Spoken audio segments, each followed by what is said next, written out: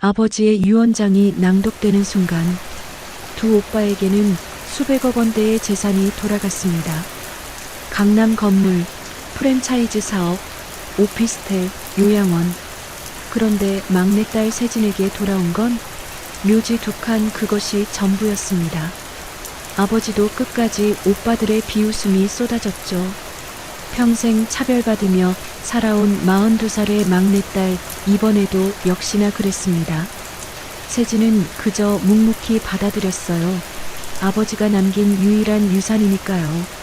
며칠 후 세진은 처음으로 그 묘지를 찾았습니다. 시골 야산 중턱, 오래되고 낡은 묘비 두 개. 그런데 묘비 앞에 무릎을 꿇고 앉은 세진의 눈에서 갑자기 눈물이 흘러내리기 시작했습니다. 처음엔 한 방울, 두 방울, 그리고 곧 멈출 수 없는 오열로 바뀌었죠. 대체 그곳에서 무엇을 본 걸까요? 왜 세진은 그토록 울부짖었을까요? 막내딸 세진의 이야기 지금부터 시작합니다. 변호사의 목소리가 회의실에 울려 퍼졌습니다. 고 윤태식 회장님의 유언장을 낭독하겠습니다. 42살의 세진은 가족들 사이에서 조용히 숨을 고르고 있었죠. 일주일 전 세상을 떠난 아버지. 그런데 이상했습니다. 큰오빠 강호는 벌써부터 입꼬리가 올라가 있었고, 작은 오빠 지우는 휴대폰으로 뭔가를 검색하며 계산기를 두드리고 있었어요. 올케 유라는 이미 해외 갤러리 일정을 확인하고 있었고, 둘째 올케 세아는 광고 계약서를 펼쳐놓고 있었습니다. 마치 모두가 이미 결과를 알고 있는 것처럼 보였죠. 장남 윤강호에게는 강남 건물 세 채와 요리 프랜차이즈 지분 전체를. 변호사의 말이 이어질 때마다 세진의 심장이 조금씩 빨리 뛰기 시작했습니다. 아버지가 평생 일궈온 중견기업의 자산들이 하나둘씩 오빠들에게 배분되고 있었어요. 차남 윤지훈에게는 판교 오피스텔 5채와 요양원 운영권을. 세진은 떨리는 손을 무릎 위에 가지런히 모았습니다. 어렸을 때부터 늘 그랬죠.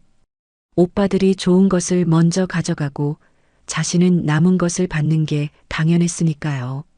하지만 이번만큼은 달랐으면 했습니다. 아버지가 마지막 병상에서 자신의 손을 꼭 잡으며 했던 말이 떠올랐거든요. 세진아, 내가 받을 것이 있다. 실망하지 마라. 그때 아버지의 눈빛은 뭔가 깊은 뜻을 품고 있는 것 같았어요. 막내 윤세진에게는. 회의실이 순간 조용해졌습니다. 오빠들의 시선이 일제히 세진에게 쏠렸죠. 특히 큰올케 유라의 입꼬리에는 묘한 조소가 걸려 있었습니다. 경북 영천시 선산에 위치한 묘지 두 칸을 상속합니다. 침묵이 흘렀습니다. 그리고 곧 작은 웃음소리가 터져 나왔어요. 묘지 두 칸? 강호가 코웃음을 쳤습니다. 아버지도 참. 그래도 관리비는 안 나가니까 다행이지 않아? 지훈이 빈정거렸죠. 세진의 얼굴이 붉어졌습니다. 하지만 이를 악물고 참았어요. 아버지가 왜 이런 결정을 하셨는지 이해할 수 없었지만 그래도 아버지의 마지막 선물이니까요. 어머니 미정이 차가운 시선으로 세진을 바라보며 말했습니다.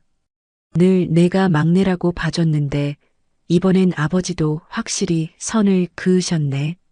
받은 거라도 감사하게 생각해. 그 한마디가 세진의 가슴에 날카로운 칼처럼 박혔습니다. 42살이 되도록 이 집안에서 늘 뭔가 부족한 딸 취급받았다는 사실을 다시 한번 확인하는 순간이었죠. 오빠들과 달리 왜 자신만 이렇게 차별받는지 늘 궁금했지만 차마 물어볼 수 없었던 질문이 또다시 목구멍까지 차올랐습니다. 변호사가 서류를 정리하며 덧붙였습니다.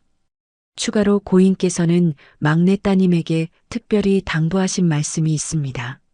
정직한 손길은 진실을 드러낸다. 내가 받은 것을 성실히 돌보아라. 오빠들이 다시 한번 비웃음을 터뜨렸지만 세진은 그 말을 가슴 깊이 새겼습니다. 아버지가 남긴 마지막 메시지. 거기엔 분명 어떤 의미가 숨어 있을 거라고 믿었어요.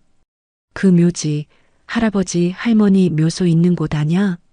강우가 물었습니다. 맞아. 윤씨 선영이라고 되어 있던데. 세진도 어렴풋이 기억했습니다. 어릴 적 명절 때 한두 번 성묘 갔던 곳.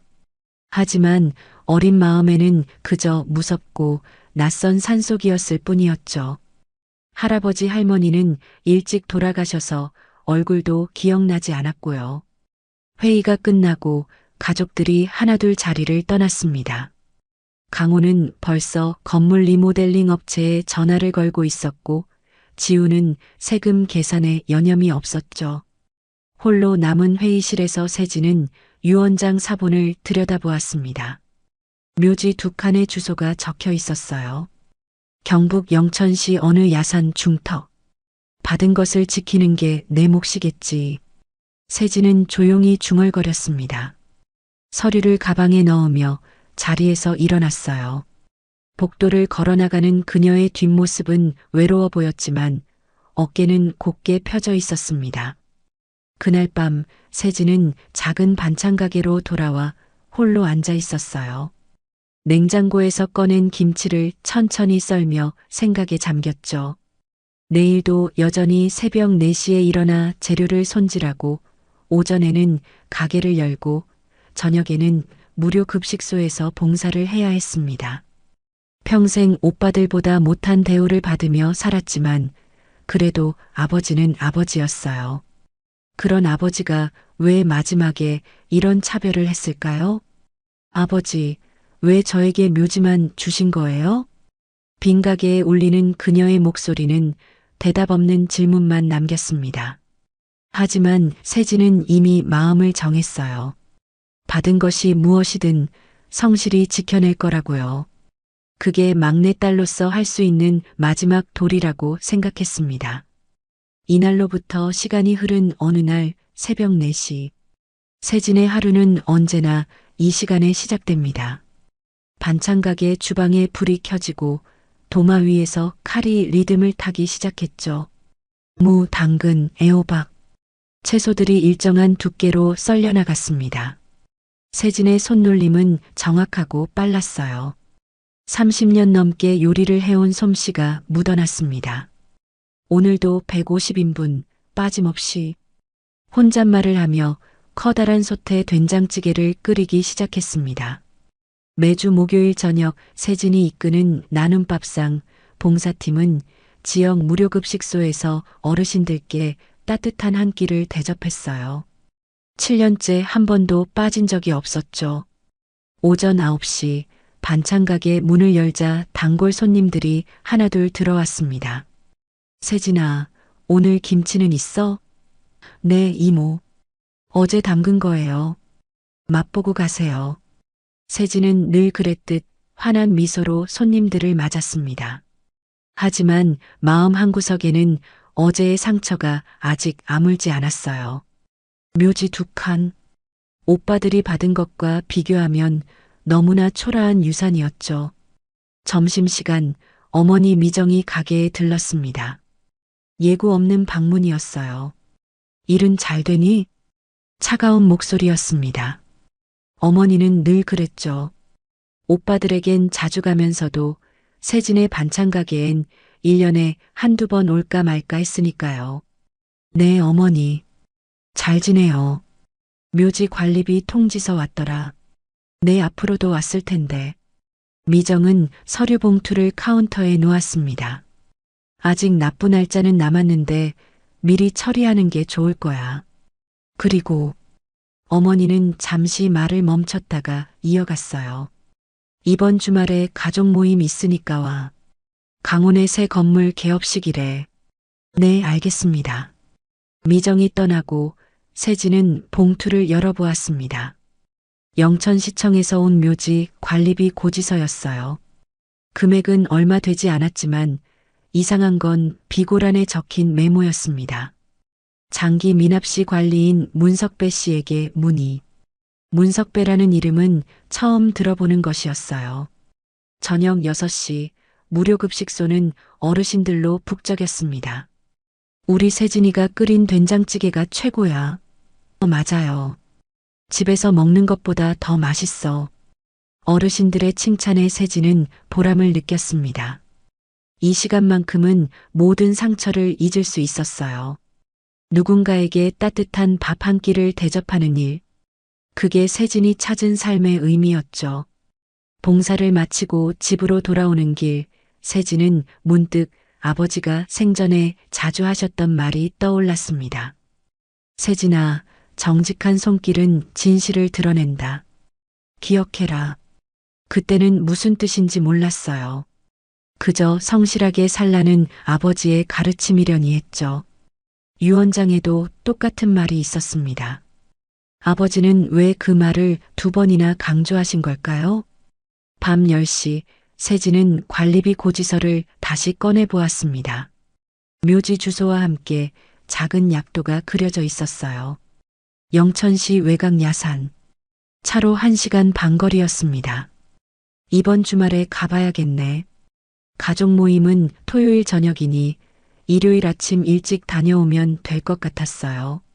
어차피 아버지가 남기신 유일한 유산이니 한 번쯤은 가서 확인해야겠다고 생각했습니다. 핸드폰이 울렸습니다.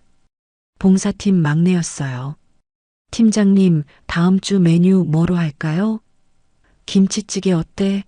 날씨가 쌀쌀해지니까. 좋아요. 그럼 재료 주문 넣을게요. 전화를 끊고 세진은 부엌으로 가서 김치를 확인했습니다. 내일 새벽에도 또 김치를 담가야겠네요.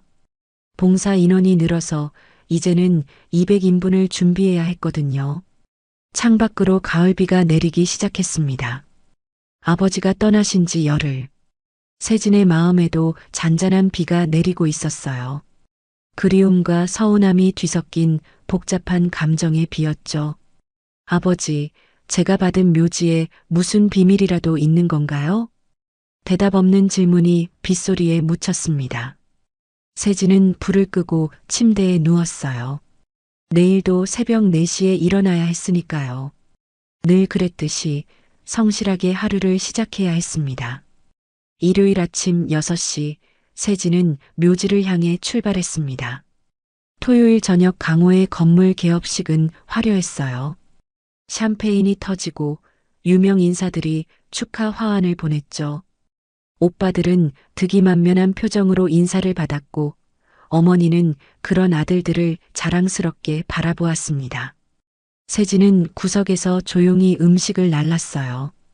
늘 그런 역할이었으니까요. 세진아, 내 묘지는 잘 관리하고 있니? 둘째 올케 세아가 비아냥거렸지만 세진은 담담하게 대답했습니다. 오늘 가보려고요. 차창 밖으로 가을산이 스쳐 지나갔습니다. 내비게이션이 가리키는 대로 산길을 올라가니 작은 공동묘지가 나타났어요. 입구에는 낡은 관리사무소가 있었습니다. 윤세진 씨 맞으십니까? 백발의 노인이 사무소에서 나왔어요. 명찰의 관리인 문석배라고 적혀 있었습니다. 네, 맞습니다. 관리비 납부하러 왔어요. 아, 그것보다 신분증 먼저 확인해도 될까요? 이상한 요청이었지만 세진은 신분증을 보여주었습니다. 문석배는 신분증을 꼼꼼히 확인한 뒤 작은 열쇠 하나를 건넸어요. 이건 관리창고 열쇠입니다. 고인께서 남기신 거예요. 아버지가요? 네. 윤태식 회장님이 작년에 오셔서 당부하셨습니다. 본인 딸 세진 씨가 오면 전달하라고요. 세진은 의아했지만 열쇠를 받았습니다. 문석배는 묘지 위치를 알려주며 덧붙였어요. 2칸 나란히 있습니다.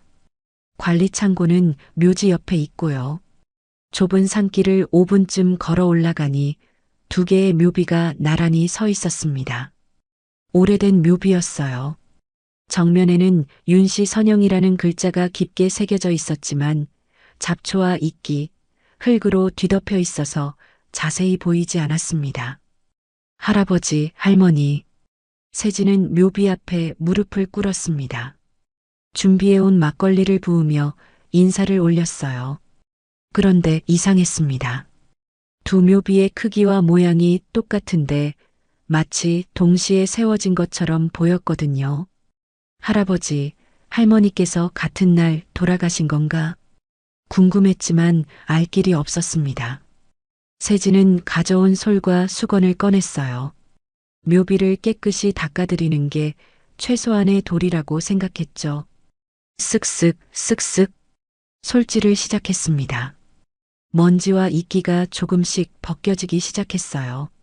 30분쯤 열심히 닦자 묘비 하단 옆면에 희미하게 글자가 보이기 시작했습니다. 이게 뭐지? 작고 얕게 새겨진 글자들이었어요. 하지만 아직 흙이 많이 끼어 있어서 정확히 읽을 수가 없었습니다. 세진은 더 꼼꼼하게 솔질을 했어요. 그러자 몇 글자가 드러났습니다. 선영, 태윤? 윤씨 선영이 아니라 다른 이름 같았어요. 낯선 이름들이었습니다. 할아버지, 할머니 성함이 이랬나? 세진은 고개를 갸웃거렸죠. 어릴 때 들었던 기억이 없었거든요. 관리 창고를 확인해 보기로 했습니다. 묘지 옆 작은 창고 문을 열쇠로 열자 안에는 빗자루, 호미 같은 관리 도구들이 있었어요. 그리고 벽에는 오래된 달력이 걸려 있었습니다. 2024년 달력이었죠. 작년 달력이네. 달력을 넘겨보니 11월에 빨간 동그라미가 쳐져 있었어요. 아버지가 돌아가신 날이었습니다. 그리고 그 옆에 작은 글씨로 메모가 있었어요. 세진아, 성실히 관리하거라. 아버지의 글씨였습니다. 세진의 눈에 눈물이 맺혔어요. 아버지는 이미 자신의 죽음을 예감하고 있었던 걸까요? 해가 중천에 떴습니다. 세진은 묘비를 한 번 더 닦기로 했어요. 물을 부어가며 더 깨끗이 솔질을 했죠. 그런데 이상한 점을 발견했습니다. 묘비 옆면 하단에 관리창고 보강목이라는 작은 글씨가 화살표와 함께 새겨져 있었어요. 보강목? 창고로 다시 들어가 둘러보니 천장 모서리에 나무 보강목이 있었습니다. 의자를 놓고 올라가 만져보니 보강목 위에 뭔가 올려진 게 만져졌어요. 조심스럽게 꺼내보니 비닐에 쌓인 봉투였습니다. 봉투를 여는 세진의 손이 떨렸습니다. 안에는 작은 열쇠 하나와 쪽지가 들어 있었어요. 쪽지에는 우체국 사서함 번호와 함께 짧은 메모가 있었습니다. 창고 달력의 넷째 줄을 보라. 보강목 반대편 네 번째 나사를 풀어라. 아버지의 글씨였어요. 마치 보물찾기 같은 느낌이 들었습니다. 하지만 동시에 이상한 느낌도 들었죠. 왜 아버지는 이런 복잡한 방법을 택하신 걸까요? 세진은 봉투를 가방에 넣고 묘비로 다시 돌아왔습니다. 햇빛 아래서 보니 묘비가 제법 깨끗해졌어요. 하지만 여전히 하단의 이름은 완전히 읽을 수 없었습니다. 다음에 와서 더 깨끗이 닦아야겠다고 생각했죠. 할아버지, 할머니, 또 올게요. 세진은 묘비 앞에 절을 하고 돌아섰습니다. 하산하면서도 계속 의문이 들었어요. 선영, 태윤, 그 이름들은 대체 누구일까? 그리고 아버지는 왜 이런 수수께끼 같은 단서를 남기신 걸까? 집으로 돌아오는 차 안에서 세진은 쪽지를 다시 읽어보았습니다. 우체국 사서함. 내일 확인해 봐야겠네요. 가슴이 왠지 두근거렸습니다. 아버지가 남기신 마지막 선물이 무엇일지 기대보다는 불안이 더 컸지만요. 월요일 오후 세진은 반찬가게 문을 일찍 닫았습니다. 어제 묘지에서 발견한 단서들이 계속 머릿속을 맴돌았어요. 특히 묘비에서 희미하게 본 선영, 태윤이라는 글자가 신경 쓰였습니다. 할아버지 성함이 태윤과 비슷했던 기억은 있는데 선영은 누구일까요? 할머니 성함이었나? 세진은 다시 묘지로 향했습니다. 이번엔 더 확실한 청소 도구를 준비했어요. 철수세미, 세제, 물통, 그리고 부드러운 청까지.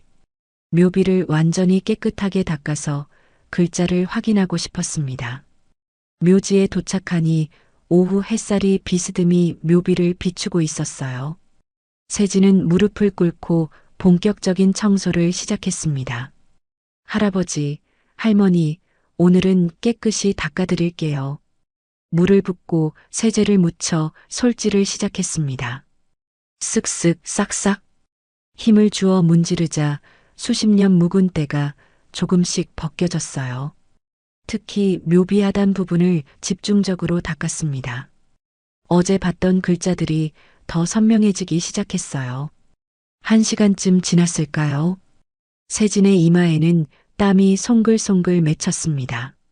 그런데 그때 왼쪽 묘비 하단에서 뚜렷한 글자가 드러났어요. 선영? 윤선영. 할머니 성함이 맞는 것 같기도 한데 어딘가 낯설게 느껴졌습니다. 세진은 할머니 성함을 제대로 들어본 기억이 없었어요.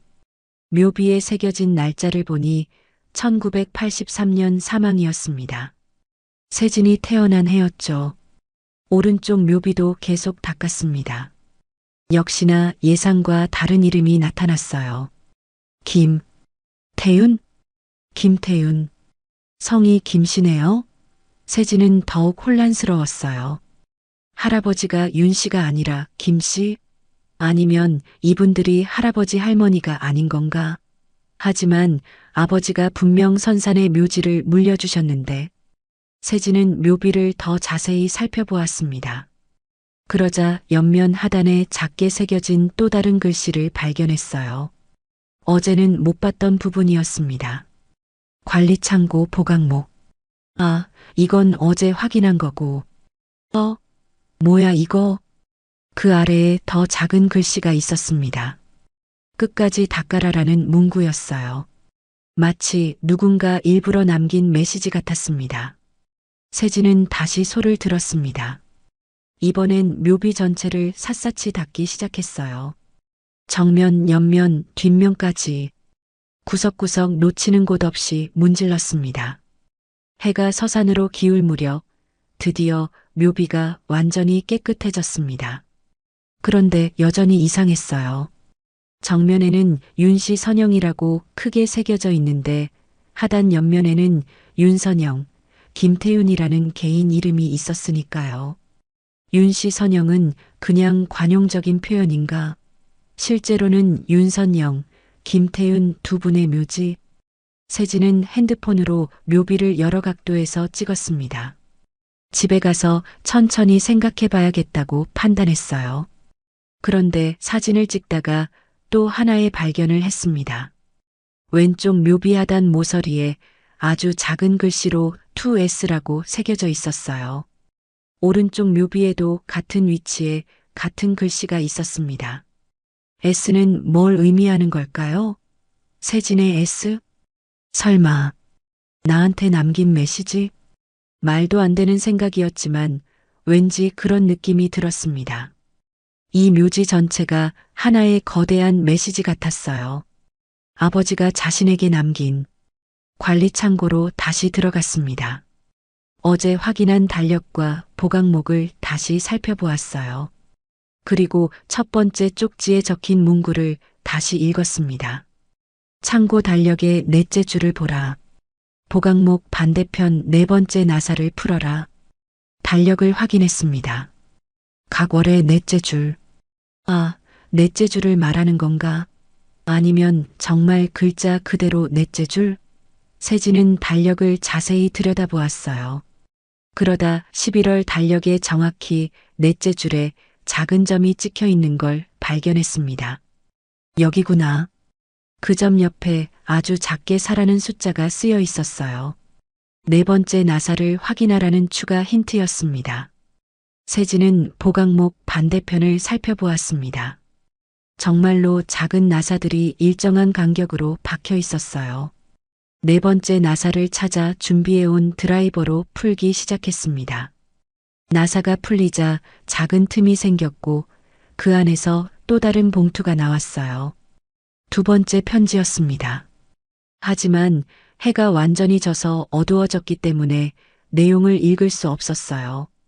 세진은 봉투를 품에 안고 산을 내려왔습니다.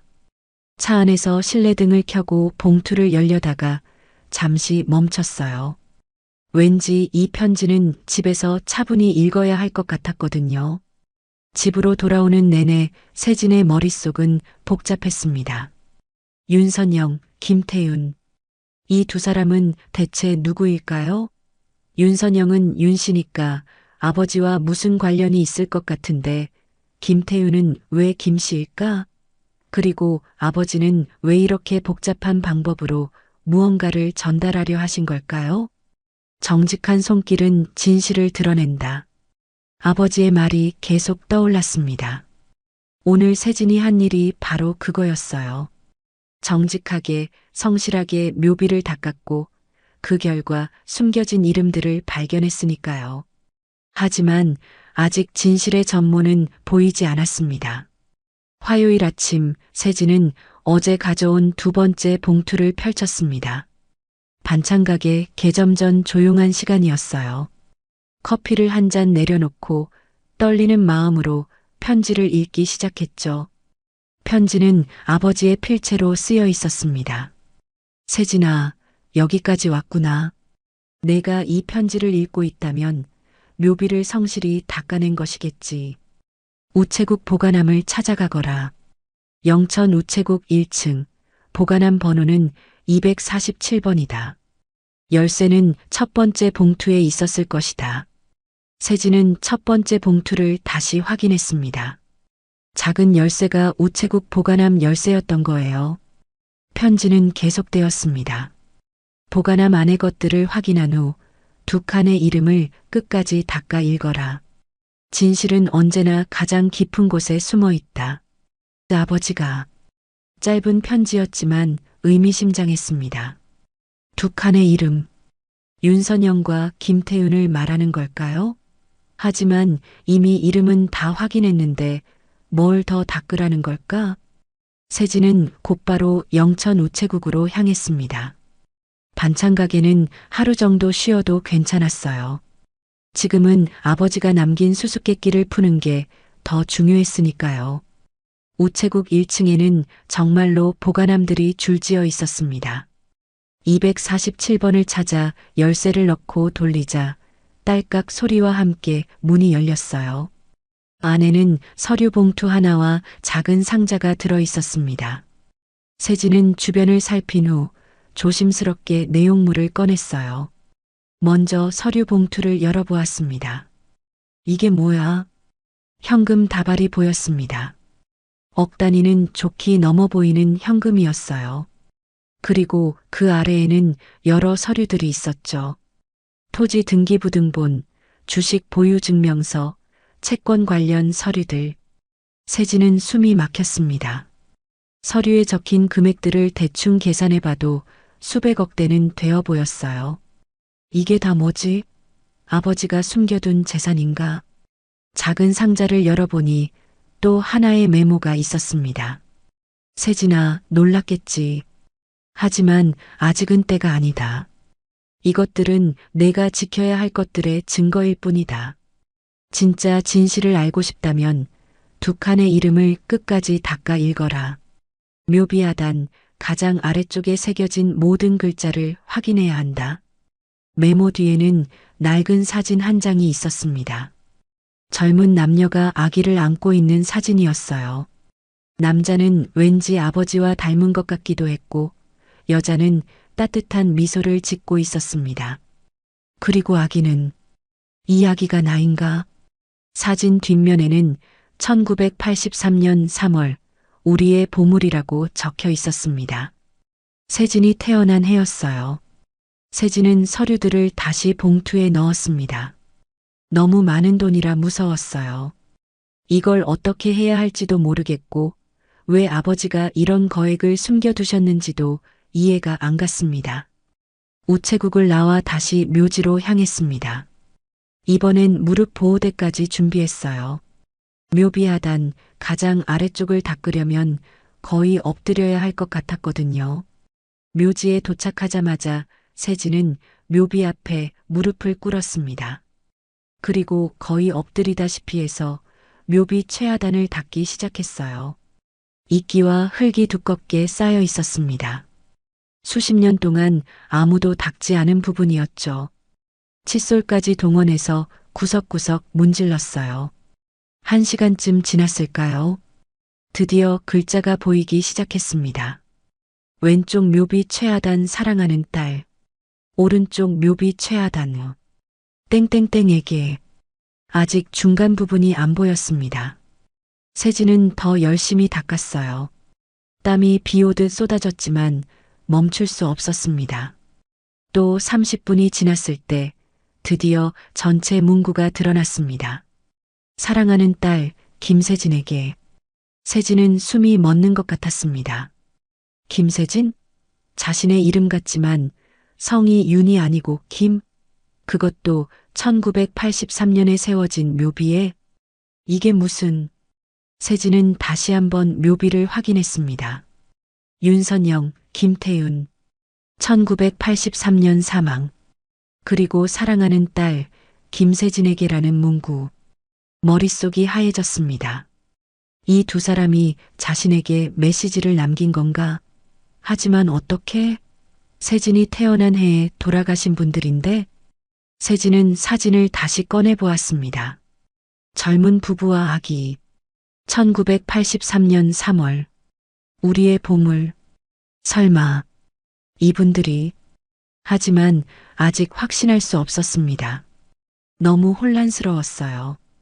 윤선영이 윤 씨인 건 아버지와 무슨 관계가 있다는 건가? 김태윤은 또 누구고? 해가 기울어가고 있었습니다. 세진은 묘비 앞에서 한참을 앉아 있었어요. 진실이 코앞에 있는 것 같은데 아직 전체 그림이 보이지 않았습니다. 핸드폰이 울렸습니다. 큰오빠 강호였어요. 세진아, 어디야? 가게도 안 열고. 오빠 묘지에 와 있어요. 묘지? 거기서 뭐해? 그냥 관리하러 왔어요. 열심히네. 그런 쓸데없는 데 시간 낭비하지 말고 차라리 우리 사업이나 도와줘.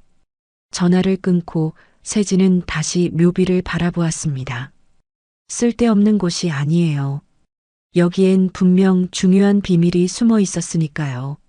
수요일 오전 세진은 우체국 보관함에서 가져온 서류들을 다시 펼쳐보았습니다. 반찬가게 2층 작은 사무실. 아무도 없는 이곳에서 세진은 서류 하나하나를 꼼꼼히 살펴보기 시작했어요. 토지 등기부등본에는 경북 일대의 넓은 토지가 기록되어 있었고 주식 증서에는 대기업 우량주들이 빼곡히 적혀 있었습니다. 이게 다 진짜라면 계산기를 두드려 보니 어림잡아도 수백억 대였습니다. 세진은 손이 떨렸어요. 평생 반찬 가게를 운영하며 근근히 살아온 자신에게 이런 거액이 생긴다는 게 믿기지 않았죠. 서류 맨 아래에서 또 하나의 메모를 발견했습니다. 세진아, 이것들은 모두 정당한 내 몫이다. 하지만 아직 완전한 진실을 모른다면 두 칸의 이름을 끝까지 닦아 읽어라. 모든 글자를 빠짐없이. 아버지의 마지막 당부였습니다. 세진은 어제 묘비에서 발견한 사랑하는 딸 김세진에게라는 문구를 떠올렸어요. 김세진? 왜 윤세진이 아니라 김세진일까? 김태윤의 딸이라서 김세진인가? 하지만 자신은 분명 윤태식과 한미정의 딸 윤세진인데 혼란스러웠습니다. 점심시간 어머니 미정이 또 불쑥 찾아왔습니다. 가게도 안 열고 어디 다녀왔다며? 묘지 관리하고 왔어요, 어머니. 쓸데없는 일에 시간 낭비하네. 그런 거 관리해서 뭐 하려고? 미정의 차가운 시선에 세진은 아무 말도 하지 못했습니다. 우체국 보관함에서 발견한 것들을 말할 수도 없었어요. 아직 스스로도 이해하지 못하는 상황이었으니까요. 이번 주 일요일에 지훈이네 요양원 확장 기념식이야. 꼭 와. 네, 알겠습니다. 미정이 떠나고 세진은 다시 서류를 들여다보았습니다. 그때 한 장의 서류가 눈에 띄었어요. 1983년 4월자 보험금 지급 확인서였습니다. 피보험자 윤선영, 김태윤 수익자 윤태식 지급 사유 교통사고 사망. 세진의 심장이 빠르게 뛰기 시작했습니다. 윤선영과 김태윤이 1983년에 교통사고로 사망했고 보험금 수익자가 아버지였다고? 그럼 이 두 사람은 아버지와 어떤 관계였을까? 사진을 다시 꺼내 보았습니다. 젊은 남자가 아버지와 닮은 것 같기도 했는데, 아니, 자세히 보니 여자가 아버지와 더 닮았어요. 같은 윤씨니까 혹시 윤선영이 아버지의 누나? 그럼 김태윤은 매형? 퍼즐 조각이 조금씩 맞춰지는 것 같았습니다. 하지만 여전히 의문이 남았어요. 왜 묘비의 사랑하는 딸 김세진에게라고 적혀 있을까? 그리고 자신은 왜 윤세진으로 살아왔을까? 저녁 세진은 다시 묘지를 찾았습니다. 해질녘의 묘지는 고요했어요. 세진은 두 묘비 사이에 앉아 오랫동안 생각에 잠겼습니다. 윤선영 씨, 김태윤 씨, 당신들은 제게 어떤 분들인가요? 바람이 불어 나뭇잎이 흔들렸습니다. 마치 대답이라도 하는 것처럼 세진은 묘비를 다시 한번 자세히 살펴보았습니다. 혹시 놓친 글자가 또 있을까 싶어서요. 손전등을 비추며 구석구석 확인했지만 더 이상의 글자는 보이지 않았습니다. 끝까지 닦아 읽으라고 했는데 이미 다 닦은 것 같은데 그때 문득 한 가지 생각이 떠올랐습니다. 보강목 반대편 네 번째 나사. 혹시 또 다른 단서가 숨겨져 있는 건 아닐까? 관리창고로 들어가 보강목 반대편을 다시 확인했습니다. 이미 네 번째 나사는 풀어서 두 번째 편지를 찾았지만 혹시 다른 나사에도 뭔가 있을지 모른다는 생각이 들었어요. 하나하나 확인해 보니 일곱 번째 나사 안쪽에 작은 종이가 끼어 있었습니다. 마지막 진실은 두 묘비를 완전히 닦은 후에야 보인다. 포기하지 마라. 아버지의 격려였습니다. 세진은 다시 힘을 냈어요. 분명 아직 발견하지 못한 무언가가 있을 거라고 믿었습니다. 집으로 돌아오는 길, 세진은 우체국 보관함에서 가져온 서류들을 어떻게 해야 할지 고민했습니다. 이 엄청난 재산이 정말 자신의 것일까? 하지만 아버지가 정당한 내 몫이라고 했으니 일단은 진실을 완전히 알아낸 다음에 결정하자. 세진은 서류들을 금고에 넣어두고 내일 다시 묘지를 찾기로 했습니다. 이번엔 하루 종일 시간을 들여서라도 묘비의 모든 비밀을 밝혀내겠다고 다짐했어요. 밤늦게 핸드폰이 울렸습니다. 봉사팀 동료였어요. 팀장님, 내일 봉사 준비는 어떻게 할까요? 아, 맞다. 내일 목요일이구나. 세진은 잠시 망설였습니다. 묘지의 비밀도 중요했지만 7년째 이어온 봉사를 빠질 수는 없었어요. 예정대로 해요. 내가 새벽에 준비할게. 네, 알겠습니다. 전화를 끊고 세진은 부엌으로 가서 재료를 확인했습니다. 내일은 봉사를, 모레는 다시 묘지를 찾아야겠네요. 진실이 무엇이든 곧 밝혀질 것 같은 예감이 들었습니다. 금요일 저녁 세진의 핸드폰이 요란하게 울렸습니다. 큰오빠 강호였어요. 목소리가 다급했습니다. 세진아, 지금 어디야? 당장 집으로 와. 무슨 일이에요, 오빠? 전화로 설명할 시간 없어. 빨리 와.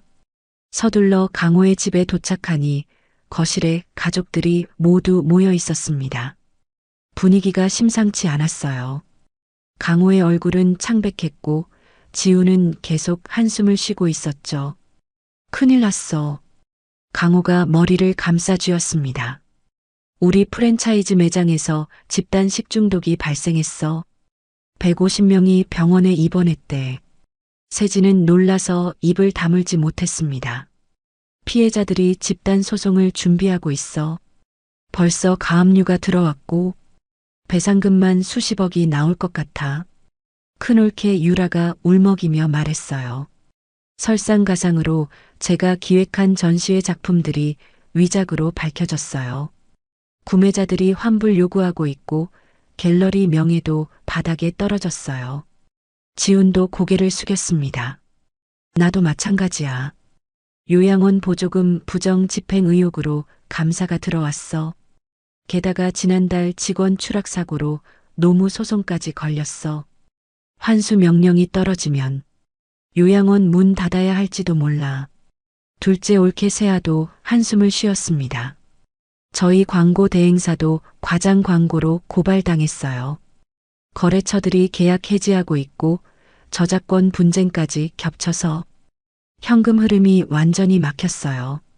세진은 충격에 말을 잇지 못했습니다. 불과 일주일 만에 가족 전체가 위기에 빠진 거예요. 준비되지 않은 상황에서 갑자기 큰 돈과 회사를 물려받으니 생긴 일 같았어요. 어머니 미정이 차가운 목소리로 말했습니다. 이렇게 된 이상 모든 자산을 동원해야 해. 세진아, 너도 예외는 아니야. 네, 저요? 강호가 테이블을 쳤습니다. 묘지라도 처분해야 해. 지금이라도 매각하면 몇 천만 원은 나올 거야. 그건 세진이 망설였어요. 뭘 망설여? 지훈이 짜증을 냈습니다. 우리가 이렇게 급한데 쓸데없는 묘지 붙잡고 있을 때야? 세진은 우체국 보관함에서 발견한 서류들을 떠올렸습니다. 그걸 내놓으면 오빠들을 도울 수 있을 거예요. 하지만 아직 진실을 완전히 모르는 상태에서 시간을 좀 주세요. 시간? 지금이 시간 끌 때야? 유라가 날카롭게 말했어요. 일주일만 기다려주세요. 가족들의 차가운 시선이 세진에게 쏟아졌습니다. 넌 항상 그래. 미정이 말했습니다. 가족이 위기인데도 내 것만 챙기려고 하지. 그 말이 세진의 가슴을 찔렀어요. 평생 차별받으면서도 가족을 위해 헌신했는데 이런 말을 듣다니. 아버지가 주신 유일한 거예요. 세진이 작게 말했습니다. 아버지가 뭘 알고 줬겠어? 강호가 비웃었어요. 그냥 쓸모없는 땅이라 너한테 준 거지. 세진은 더 이상 반박하지 못했습니다. 집을 나와 차를 타고 오는 내내 눈물이 흘렀어요. 그날 밤 세진은 금고에서 서류들을 다시 꺼내 보았습니다. 이 돈으로 오빠들을 도울 수 있을 거예요. 하지만 아버지가 왜 이런 복잡한 방법을 택했는지, 윤선영과 김태윤이 누구인지 아직 모르는 상태에서 섣불리 결정할 수는 없었습니다. 정직한 손길은 진실을 드러낸다. 아버지의 말이 계속 맴돌았어요. 진실을 알아야 해요. 그래야 올바른 결정을 할 수 있을 테니까. 토요일 새벽 세진은 다시 묘지로 향했습니다. 이번엔 정말 모든 걸 밝혀내겠다는 각오로. 묘지에 도착하자마자 세진은 무릎을 꿇고 묘비를 닦기 시작했습니다. 이미 깨끗했지만 혹시 놓친 부분이 있을까 싶어서 더 꼼꼼히 문질렀어요. 해가 떠오르고 또 질 때까지 세진은 묘비 앞을 떠나지 않았습니다. 손이 까지고 무릎이 아팠지만 포기할 수 없었어요. 그때였습니다. 석양빛이 묘비를 비추자 두 묘비 사이 바닥에서 희미한 글자가 보였어요. 돌에 얕게 새겨진 글자였는데 평소엔 보이지 않다가 특정 각도의 빛을 받을 때만 드러나는 것 같았습니다. 세진은 숨을 죽이고 글자를 읽었습니다. 진실의 열쇠는 내 안에 있다. 무슨 의미일까요? 세진은 고민에 빠졌습니다. 내 안에 있다는 게 뭘 말하는 걸까? 핸드폰이 울렸습니다. 강호였어요. 세진아, 내일 가족 회의야. 묘지 처분 결정할 거니까 꼭 와. 오빠, 변명 필요 없어. 내일 10시 엄마 집으로 와. 전화가 끊겼습니다. 세진은 두 묘비를 바라보며 조용히 말했어요. 도와주세요. 진실이 뭔지 알려주세요. 바람이 불었습니다. 나뭇잎이 흔들리는 소리가 마치 속삭임처럼 들렸어요. 세진은 어둠 속에서도 묘비 곁을 떠나지 못했습니다. 내일 가족회의 전까지 뭔가를 찾아내야만 했으니까요. 일요일 아침 9시 세진은 가족회의 전에 무료급식소에 들렀습니다. 어제 토요일 봉사를 마쳤지만 뭔가 불안한 마음이 들었어요. 주방을 한 번 더 점검하고 싶었죠. 그런데 급식소 앞에 낯선 차량들이 서 있었습니다. 무슨 일이세요? 보건소 직원들이었습니다. 위생 점검을 나왔다고 했어요. 민원이 들어왔습니다. 이곳 급식소 음식을 먹고 여러 명이 배탈이 났다고요. 그럴 리 없어요. 우리는 항상 신선한 재료만. 하지만 직원들은 이미 주방으로 들어가고 있었습니다. 세진은 가슴이 철렁했어요. 7년간 단 한 번도 문제가 없었는데 30분 후 점검 결과가 나왔습니다. 냉장고 온도 관리가 미흡하고 일부 재료의 유통기한이 임박했습니다. 당분간 운영을 중단하셔야 합니다. 잠깐만요. 세진이 다급하게 말했어요. 어제 확인했을 때는 분명 문제 없었는데 그때 급식소 관리자가 세진을 불렀습니다. 세진 씨, 이것 좀 보세요. 사무실로 가니 민원 서류가 있었어요. 민원인 이름을 보니 강호의 프랜차이즈 경쟁업체 대표였습니다. 이상하네요. 이분이 우리 급식소에 온 적이 있나? 세진은 뭔가 의도적인 공격인 것 같았지만 증명할 방법이 없었어요. 게다가 시간도 없었습니다. 10시에 가족회의가 있었으니까요. 일단 제가 모든 걸 다시 정비하겠습니다. 기본부터 다시 시작할게요. 급식소를 나오는 세진의 어깨가 축 처져 있었습니다. 오빠들의 위기에 이어 자신의 봉사활동까지 위기에 처하다니 모든 게 한꺼번에 무너지는 것 같았어요. 어머니 집에 도착하니 가족들이 모두 모여 있었습니다. 분위기는 어제보다 더 험악했어요. 늦었네. 미정이 차갑게 말했습니다. 죄송해요. 급식소에 문제가 생겨서. 너도 문제 생겼다고? 지훈이 비웃었어요. 역시 우리 집안 전체가 저주받은 것 같네. 강호가 서류를 테이블에 펼쳤습니다. 시간 없으니까 바로 본론으로 가자. 묘지 매각 동의서야. 서명해. 세진은 서류를 보며 망설였습니다. 그때 가방 속 핸드폰이 울렸어요. 모르는 번호였습니다. 전화 받지 마. 강호가 날카롭게 말했습니다. 하지만 세진은 왠지 이 전화를 받아야 할 것 같았어요. 잠시만요.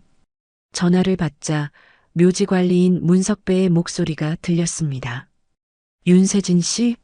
급히 연락드려요. 어젯밤 묘지에 도둑이 들었습니다.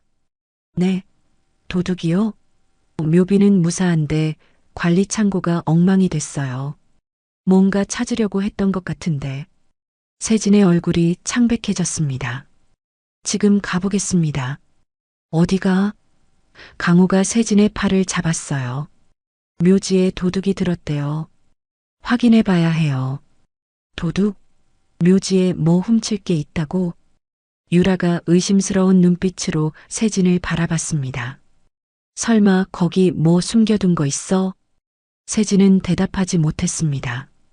우체국 보관함의 서류들을 말할 수도 없었고 아직 완전히 밝혀내지 못한 진실을 설명할 수도 없었어요. 일단 다녀올게요.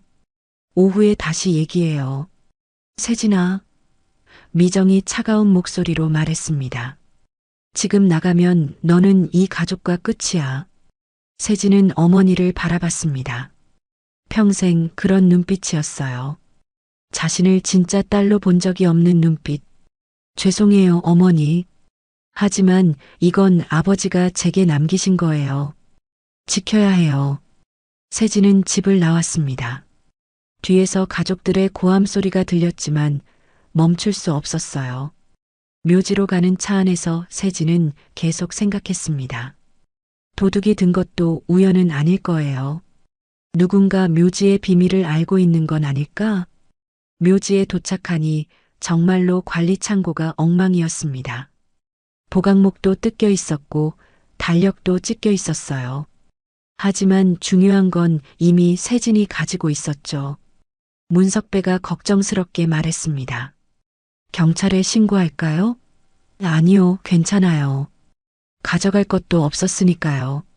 문석배가 돌아가고 세진은 묘비 앞에 앉았습니다. 어떻게 해야 하나요? 가족들은 저를 이해하지 못하고 봉사마저 중단됐어요. 모든 게 무너지고 있어요. 그때 바람에 날린 달력 조각이 세진의 발 앞에 떨어졌습니다. 11월 달력의 한 조각이었어요. 거기엔 아버지가 쓴 메모의 일부가 보였습니다. 포기하지 마라. 기본부터 다시. 세진은 달력 조각을 집어들었습니다. 아버지의 메시지였어요. 포기하지 말고 기본부터 다시 시작하라고. 맞아요. 기본부터 다시. 세진은 다시 힘을 냈습니다. 급식소도 처음부터 다시 정비하고 묘지의 비밀도 차근차근 풀어가야겠다고 다짐했어요. 가족들이 등을 돌려도 혼자서라도 해내야 했습니다. 일요일 밤 10시 세진은 다시 묘지에 왔습니다. 손전등과 청소도구 그리고 보관함에서 가져온 모든 서류를 들고 왔어요. 오늘 밤 모든 진실을 밝혀내겠다는 각오였습니다.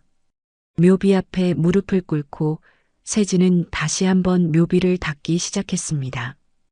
이미 깨끗했지만 아버지의 말씀대로 끝까지 닦아야 했어요. 1시간, 2시간. 세진의 손은 차가워졌고 무릎은 아팠지만 멈추지 않았습니다. 그때였어요. 달빛이 묘비를 비추자 묘비 뒷면 최하단에서 전에 보지 못했던 글자가 드러났습니다.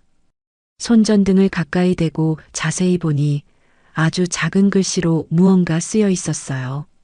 이끼를 완전히 제거하자 문장이 완성되었습니다. 사랑하는 딸 김세진에게 엄마 윤선영, 아빠 김태윤이. 세진의 심장이 멎는 것 같았습니다.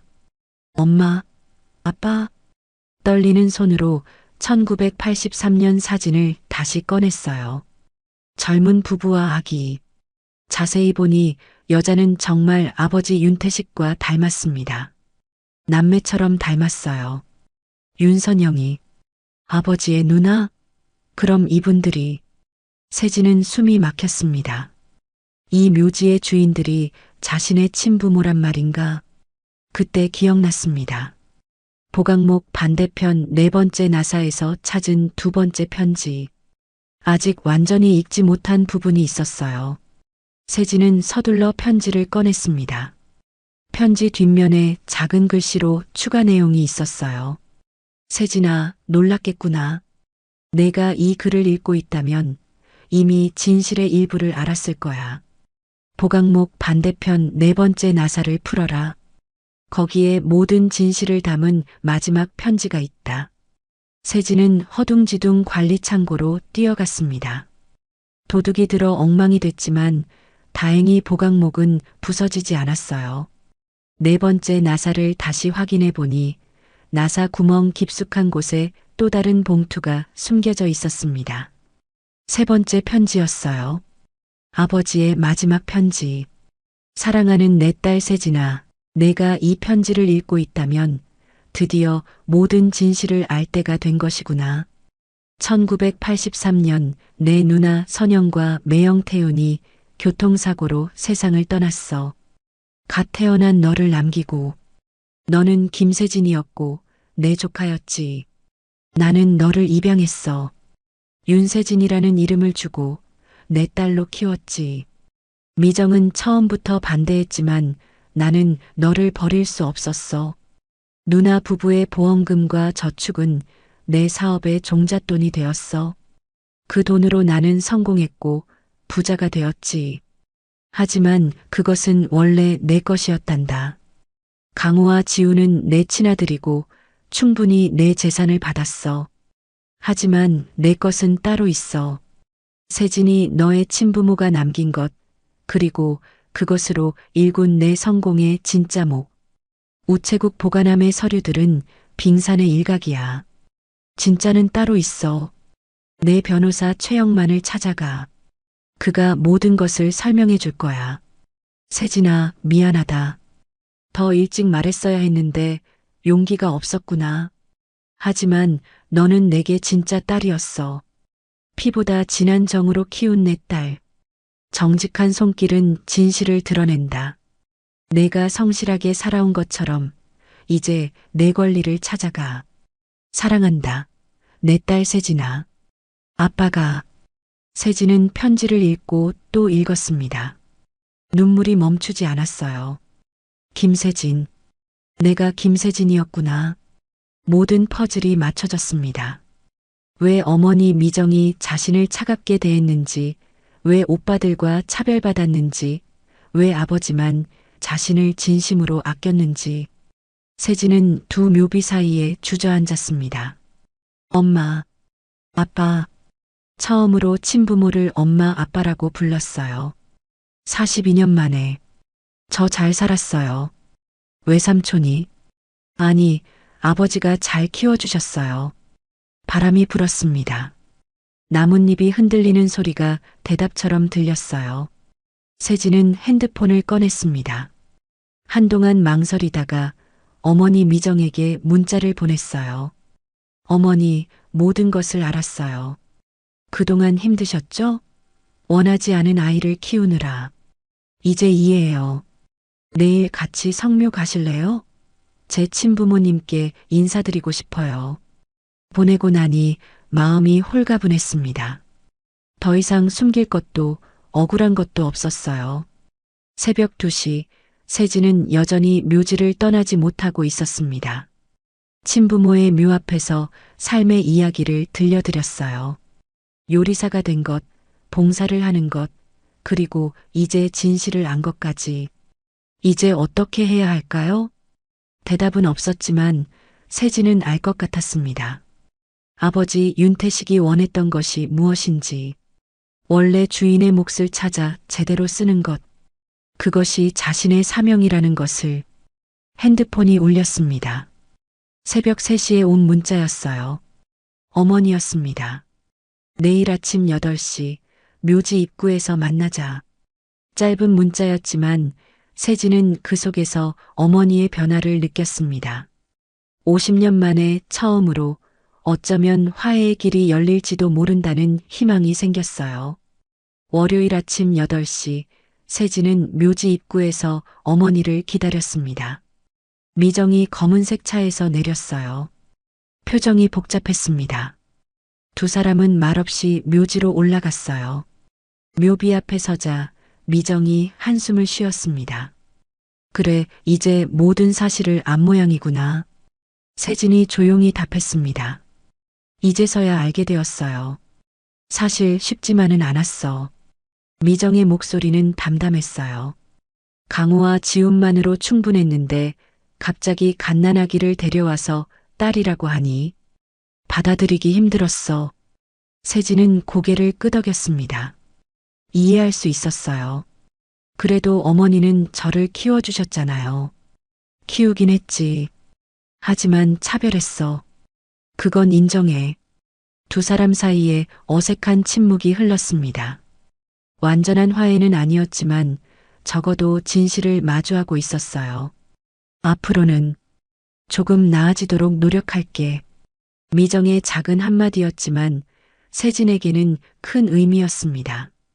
오후 2시 세진은 가족들을 모두 소집했습니다. 변호사 최영만도 함께였어요. 오늘 모인 이유를 설명하겠습니다. 세진은 차분하게 사실을 공개했습니다. 자신이 원래 김세진이었다는 것, 묘지가 친부모의 묘라는 것, 그리고 아버지가 남긴 편지들과 서류들.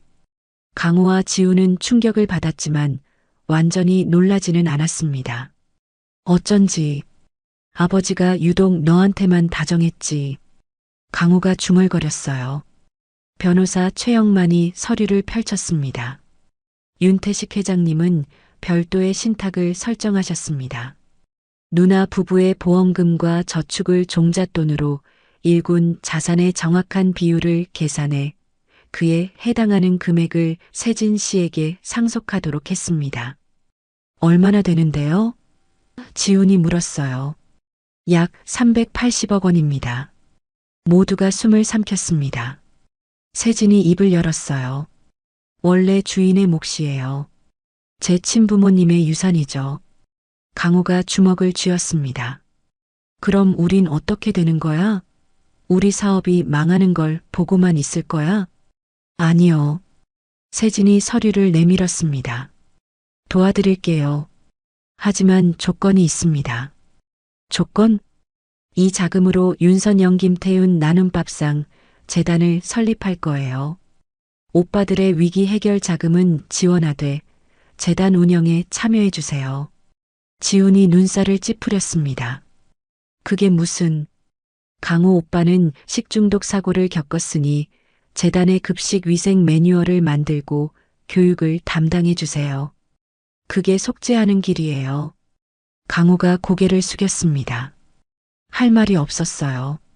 지훈 오빠는 요양원 운영 경험을 살려 재단의 유가족과 고령자 돌봄 프로그램을 만들어주세요. 지훈도 마지못해 고개를 끄덕였습니다. 합의금과 환수금은 한도 내에서 지원하겠습니다. 대신 앞으로 3년간 재단에서 일해주세요. 월급은 따로 지급할게요. 유라가 조심스럽게 물었습니다. 우리도 뭔가 도울 수 있을까요? 올케들도 각자 전문성을 살려 재단을 도와주시면 좋겠어요. 최영만 변호사가 정리했습니다. 재단 설립 서류는 제가 준비했습니다.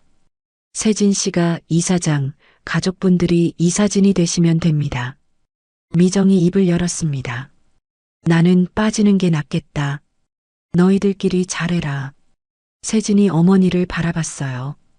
어머니도 자문 역할로라도 참여해 주세요. 완전한 화해는 아니더라도 함께 갈 수 있잖아요. 미정은 잠시 생각하다 작게 고개를 끄덕였습니다. 알았어. 최소한으로만 관여할게. 강호가 한숨을 쉬었습니다. 세진아, 우리가 그동안 너한테 했던 일을 생각하면 이렇게 도와주는 것도 고마운데 원래 주인의 몫을 쓰는 거예요. 그리고 아버지, 아니 외삼촌이 원했던 것도 이거일 거예요. 가족이 함께 어려운 사람들을 돕는 것. 지훈이 씁쓸하게 웃었습니다. 사촌 동생이었구나. 너는. 법적으로는 여전히 동생이에요. 그리고 오빠들이 변해주길 바라요. 이 기회를 통해서 세아가 눈물을 닦았습니다. 고마워, 세진아. 정말 고마워. 세진은 창밖을 바라보았습니다. 제 친부모님 이름으로 하는 재단이에요. 부끄럽지 않게 운영해 주세요. 저녁 세진은 혼자 묘지를 찾았습니다. 엄마, 아빠, 오늘 모든 걸 밝혔어요. 가족들과 완전히 화해한 건 아니지만 적어도 함께 갈 수 있는 길을 찾았어요. 묘비를 쓰다듬으며 세진은 말을 이었습니다. 받은 것을 나누며 살게요. 그게 엄마 아빠가 원하셨을 거라 믿어요. 바람이 불었습니다. 차가운 가을바람이었지만 세진의 마음은 따뜻했어요. 이제 진짜 시작이니까요. 화요일 아침 세진은 석공을 데리고 묘지를 찾았습니다. 여기 두 분 성함과 기일을 제대로 새겨주세요. 윤선영, 1950년생, 1983년 4월 12일 별세.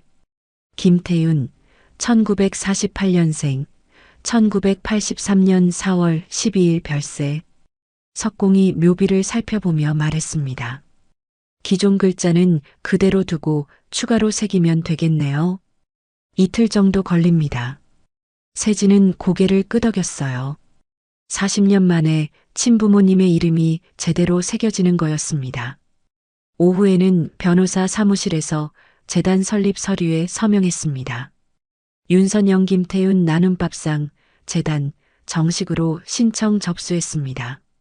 한 달 내로 승인 날 겁니다. 최영만 변호사가 설명을 이어갔어요. 우선 긴급 자금부터 집행하겠습니다. 강호 씨 식중독 합의금 15억, 지훈 씨 환수금과 소송 비용 20억. 강호와 지훈은 고개를 숙인 채 서류에 서명했습니다. 자존심이 상했지만 선택의 여지가 없었어요. 대신 다음 주부터 재단 업무를 시작하셔야 합니다. 세진이 말했어요. 강호 오빠는 우선 제가 운영하던 무료급식소의 위생 점검부터 해주세요. 보건소 지적사항을 개선하고 매뉴얼을 만들어야 해요. 강호가 마지못해 대답했습니다. 알았어. 내일부터 나가볼게. 지훈 오빠는 급식소에 오시는 독거노인분들의 현황을 파악해주세요. 의료 지원이 필요한 분들을 선별해서 연계 프로그램을 만들어야 해요. 지훈도 고개를 끄덕였습니다. 요양원 운영하면서 쌓은 인맥이 있으니 활용해보지. 수요일 세진은 무료급식소를 다시 찾았습니다. 강호가 이미 와서 주방을 점검하고 있었어요. 의외로 꼼꼼했습니다. 냉장고 온도계가 고장났네. 이래서 문제가 생긴 거야. 그리고 조리대 배치도 동선이 엉망이고. 세진은 놀랐어요. 강호가 이렇게 전문적일 줄은 몰랐거든요. 오빠 정말 잘 안 해요? 프랜차이즈 운영하면서 배운 게 있지. 제대로 안 했다가 큰일 난 거고. 강호의 목소리에 후회가 묻어났습니다. 목요일 급식소 재개를 위한 준비가 한창이었습니다. 지훈이 노트북을 들고 왔어요. 독거노인 130명 명단 정리했어. 이 중 40명이 의료 지원이 시급해. 이렇게 빨리요? 요양원 직원들이 도와줬어. 이번 일로 다들 반성하고 있거든. 세진은 오빠들이 변화하는 모습에 희망을 느꼈습니다. 강제로 시작했지만 조금씩 진심이 생기는 것 같았어요. 금요일 드디어 급식소가 재개되었습니다. 우리 세진이가 돌아왔구나. 얼마나 기다렸는지 몰라요. 어르신들이 반갑게 맞아주셨어요. 강호가 위생복을 입고 조리를 도왔고 지우는 어르신들의 건강 상태를 체크했습니다. 어색했지만 나름대로 최선을 다했어요. 점심 식사가 끝나고 한 어르신이 세진에게 다가왔습니다. 저분들이 내 오빠들이니? 네, 맞아요. 좋네. 가족이 함께 봉사하는 거 복 받을 거야. 세진은 씁쓸하게 웃었습니다. 완전한 화해는 아니었지만 적어도 같은 방향으로 가고 있었으니까요. 토요일 묘비 작업이 완료되었습니다. 새로 새겨진 글자가 선명했어요. 윤선영, 김태윤. 그리고 그 아래 작게 사랑하는 딸 김세진을 남기고 세진은 묘비를 쓰다듬었습니다. 이제야 제대로 된 비석이 됐네요. 엄마, 아빠. 미정이 뒤에서 지켜보고 있었습니다. 약속한 대로 온 거였어요. 잘했네. 이제야 언니도 편히 쉴 수 있겠다. 어머니, 나도 앞으로 가끔 와서 인사드릴게. 언니한테 미안한 마음이 있거든. 두 사람은 나란히 묘비 앞에 섰습니다. 완전한 모녀는 아니었지만 적어도 서로를 이해하기 시작했어요. 일요일 재단 사무실이 마련되었습니다. 세진의 반찬가게 건물 3층을 개조한 작은 공간이었어요. 윤선영, 김태윤 나눔밥상, 재단 현판이 걸렸습니다. 강호가 작성한 위생 매뉴얼 초안이 책상 위에 놓여 있었고 지훈이 만든 돌봄 네트워크 기획안도 있었어요. 유라는 홍보 포스터를 디자인했고 세아는 언론 보도자료를 준비했습니다. 각자의 전문성을 발휘하기 시작했어요. 다음 주부터 본격적으로 시작이네. 세진이 말했습니다. 처음엔 강제였지만 강호가 머리를 극적였어요. 하다 보니 의미 있는 일인 것 같아. 지훈도 마지못해 인정했습니다. 그래. 속죄한다 생각하고 제대로 해보자. 세진은 창밖을 바라봤습니다. 아버지, 아니, 외삼촌 윤태식이 하늘에서 지켜보고 있을 것 같았어요. 정직한 손길은 진실을 드러낸다. 그 말씀대로 정직하게, 성실하게 나아가면 되는 거였습니다. 받은 것을 갚는 일, 그것이 세진의 새로운 시작이었어요. 1년 후, 2025년 4월 12일, 세진은 묘지 앞에 서 있었습니다. 친부모님의 기일이었어요. 그런데 이번엔 혼자가 아니었습니다. 여기 도시락 150개 준비됐어요. 트럭에서 도시락을 내리는 사람들이 있었어요. 재단의 첫 번째 대규모 사업, 기일 나눔밥상이었습니다. 교통사고나 갑작스러운 사고로 부모를 잃은 유가족들에게 따뜻한 밥 한 끼를 대접하는 프로그램이었죠. 강호가 위생 점검표를 들고 확인했습니다. 온도 체크 완료. 포장 상태도 양호해. 1년 동안 강호는 완전히 달라졌어요. 재단의 모든 급식 사업장을 관리하며 단 한 건의 위생 사고도 없었습니다. 식중독 사고의 아픔을 겪은 후 누구보다 철저해졌죠. 지훈이 명단을 확인했습니다. 오늘 오시는 유가족 83명, 독거노인 67명. 의료 지원 필요하신 분들은 따로 체크했어. 지훈도 변했습니다. 요양원 사업은 축소했지만 재단 활동에 더 집중하며 진짜 돌봄이 무엇인지 배워가고 있었어요. 유라가 사진을 찍었습니다. 재단 소식지에 실을 거예요. 많은 분들이 후원하고 싶어 하거든요. 세아도 열심히 홍보 자료를 만들었습니다. 언론사 10곳에서 취재 요청 왔어요. 세진, 인터뷰 1개 정도는 해야 할 것 같아. 세진은 고개를 저었어요. 인터뷰는 됐어요. 그냥 묵묵히 하는 거예요.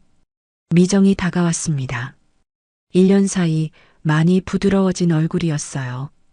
언니, 형부 세진이가 잘 크고 있어요. 이제야 진짜 가족이 된 것 같아요.